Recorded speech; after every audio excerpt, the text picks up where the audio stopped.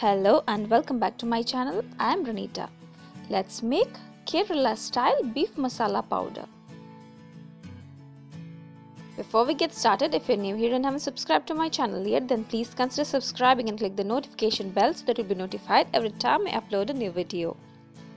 Note down or screenshot this recipe for your reference. So let's get started.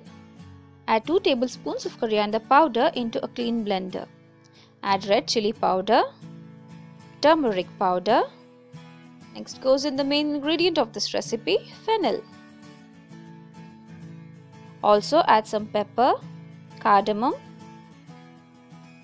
cloves and cinnamon sticks. That's all the ingredients you'll need. Blend it all together into fine powder and your beef masala powder is ready. You can store this powder for about a month in an airtight container in room temperature and longer if you refrigerate it. This masala powder can be used to make beef recipes as well as chicken and mutton recipes. I hope you found this recipe useful and you'll try it as well. If you've tried any of my recipes, share pictures on Instagram and tag me there.